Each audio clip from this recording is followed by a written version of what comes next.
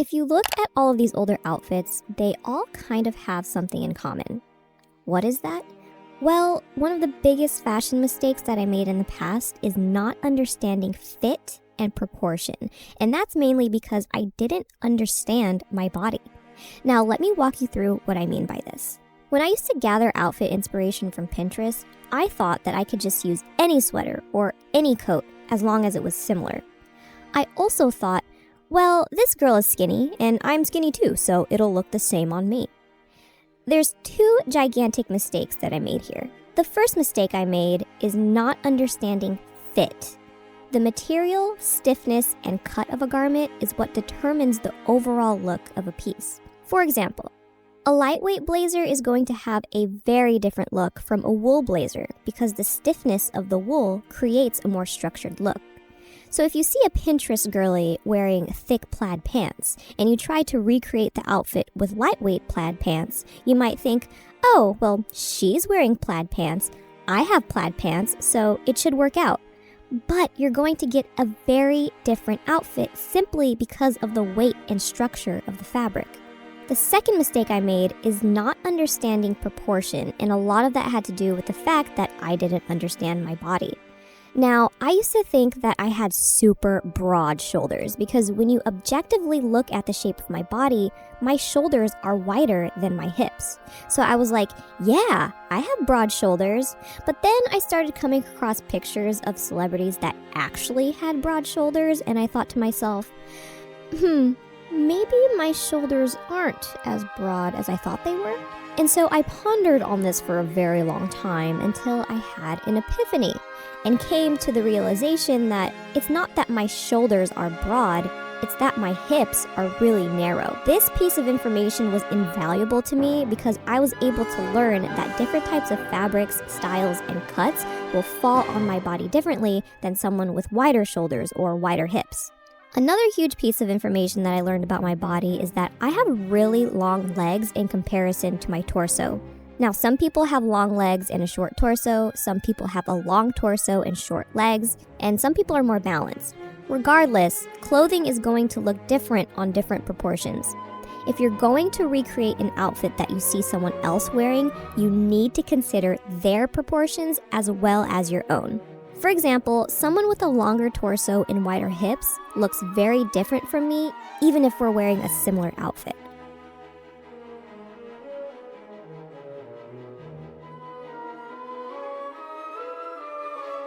Now, these two things are kind of why I'm reluctant to agree with that whole, is this a good outfit or is she just skinny sort of thing? Because, look, I see skinny people with terrible outfits all the time.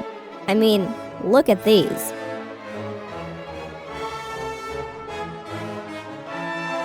The thing is that celebrities have stylists, and stylists understand everything that I just talked about. They understand fit and proportions and the way different fabrics drape around different body types. Celebrities pay good money to look good. Everyone has the ability to be stylish. You do not need to be skinny to have good outfits. You just need to understand your proportions and the fit and cut of the clothing that you're buying.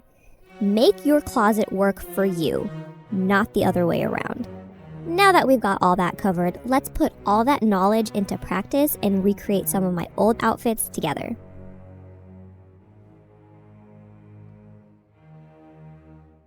Okay, so I can immediately identify why this outfit doesn't work. The biggest one is that these jeans have way too short of an inseam. Remember how I said I have long legs and a short torso? Well, these jeans are too short on me. Another thing I can identify is that the pant legs kind of taper inwards. Because I have narrow hips and wider shoulders, these tapered pants bring attention to the fact that I have very narrow hips, and this makes the outfit look very imbalanced. Let's swap out these jeans with these. These jeans are longer, which is much more suitable for the length of my legs, and they are slightly flared, which balances out my narrow hips. Having black on top and white on the bottom is way too much contrast for this outfit, especially because my body doesn't have balanced proportions. So let's switch out this black shirt with this cropped white one. This is much more balanced, right? Look at how big of a difference being more intentional makes.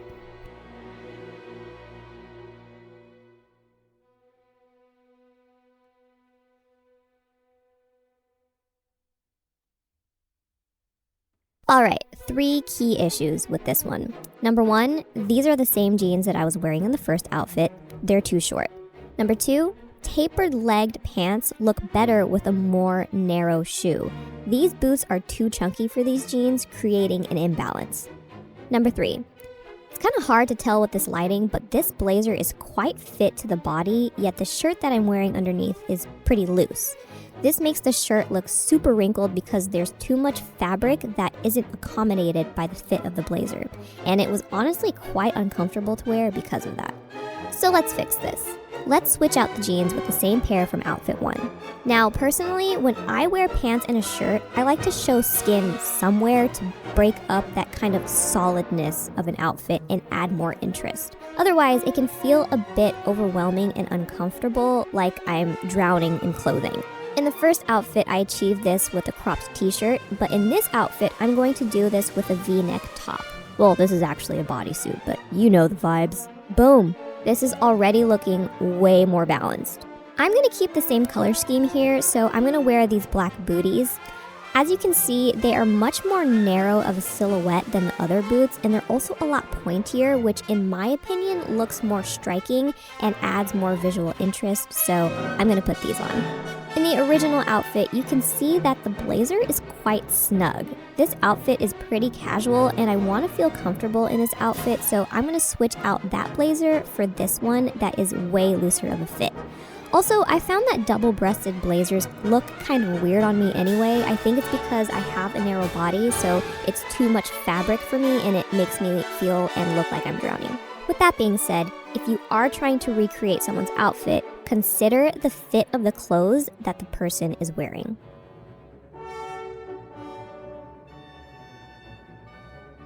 Okay, there's a lot going on here. I don't know what I was thinking when I put this outfit together. Like, what was that about? So let's fix it. Now, I still have this shirt, but here's why I don't really wear it these days. This shirt is very thin and flimsy. Because of this, it wrinkles very easily and it clings to my body in very unflattering ways. I mean, look at the way it's clinging to my bust area. It's super uncomfortable when you have to constantly mess around with your clothing throughout the day. Personally, I feel way more confident in my outfit when I know that it looks good no matter how it's laying on my body. With this shirt, I am constantly worried about it clinging in unflattering ways, and I'm always messing with it.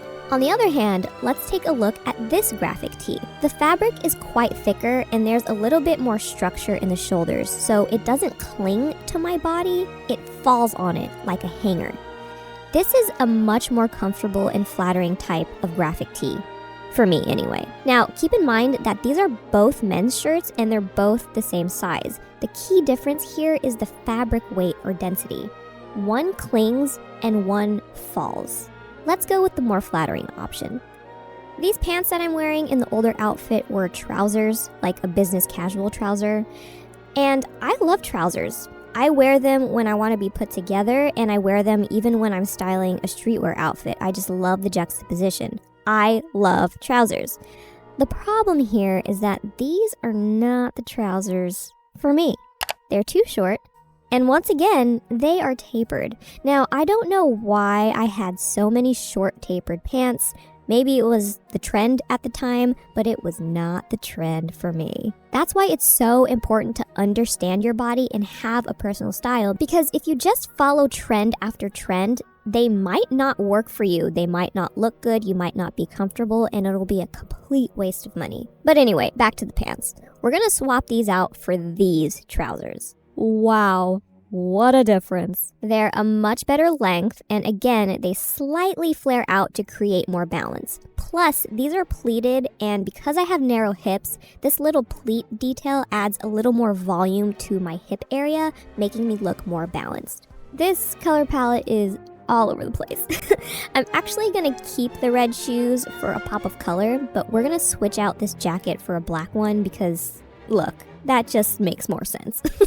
Now, I was probably wearing that jacket because it was a little cold outside, so I'm gonna match the energy here and put on this lightweight puffer. Boom! To accessorize, I'm gonna wear this red bag so that your eyes go across the outfit. Without the bag, your eyes go straight to the shoes. You know what I'm saying? So matching that bag with the shoes makes your eyes see the outfit as a whole. It goes from top to middle to bottom as opposed to like just going to your shoes.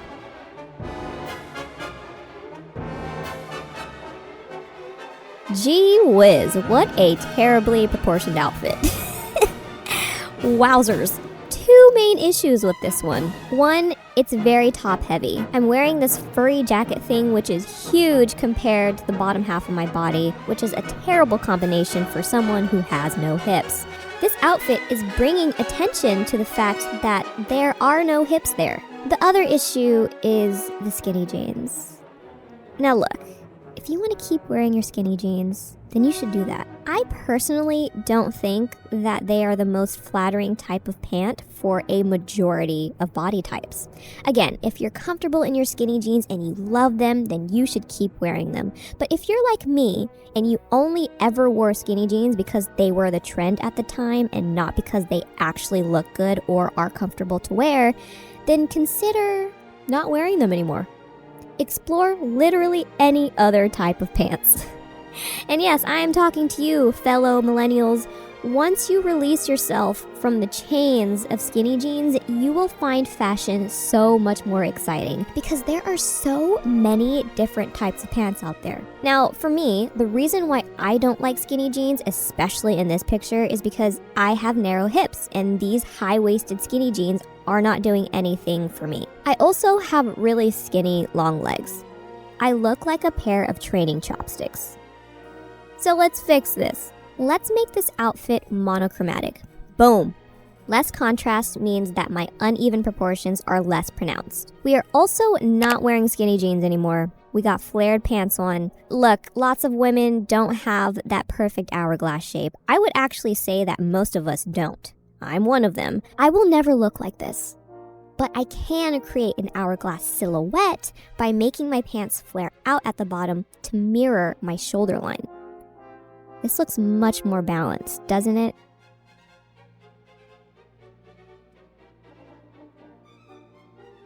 Okay, I don't hate this outfit. I think it looks alright. But there are a few tweaks that we can make to make it an outfit. You know what I'm saying? Like right now, this is just aight. But we want a look. You feel me? Because right now, I look like a Silicon Valley tech bro that just discovered what an overcoat is. So let's start with the sweater. Let's swap this out with a crew neck sweatshirt. The original sweater was a turtleneck, and I felt a little claustrophobic in it, especially because I'm wearing so much fabric in this outfit. The lowered neckline of this new sweater feels a lot more comfortable for me. The sweatpants in the original outfit are tapered at the bottom, and because this sweatshirt is a little loose fitting, I don't want to be heavy on the top and skinny on the bottom because this is going to create that same imbalance that I had in that last outfit. I'm going to put on a pair of looser fit sweatpants. I think having an exposed ankle with sweatpants can look a little awkward, so I'm going to swap out these low top sneakers for high tops. This coat is nice. I still have it. But I haven't been wearing it as often because I recently got another one that fits me way better. This one is longer, so it harmonizes really well with my elongated body. The other coat that I had was shorter, and I don't know how to explain it, but it was a really awkward length for how long I am. In contrast, when my mom, who is quite a bit shorter than me, wears a coat with a similar length, it looks more harmonious on her. In my personal opinion, if you're on the taller side, or if you're shorter but you have really elongated limbs, a longer coat looks better. This is just my opinion. This coat also fits looser. If you look at the beige coat, the shoulder lines are closer to the collarbone, whereas the darker coat has a more elongated shoulder line and the armpits are positioned much lower. This is great because it leaves room for any loose-fitting sweater that you wear underneath. So while the original outfit wasn't necessarily bad, it was kind of just okay. This new outfit has a lot more flavor. It's a little bit more stylish. And those small changes that we made have a really big impact on the overall look.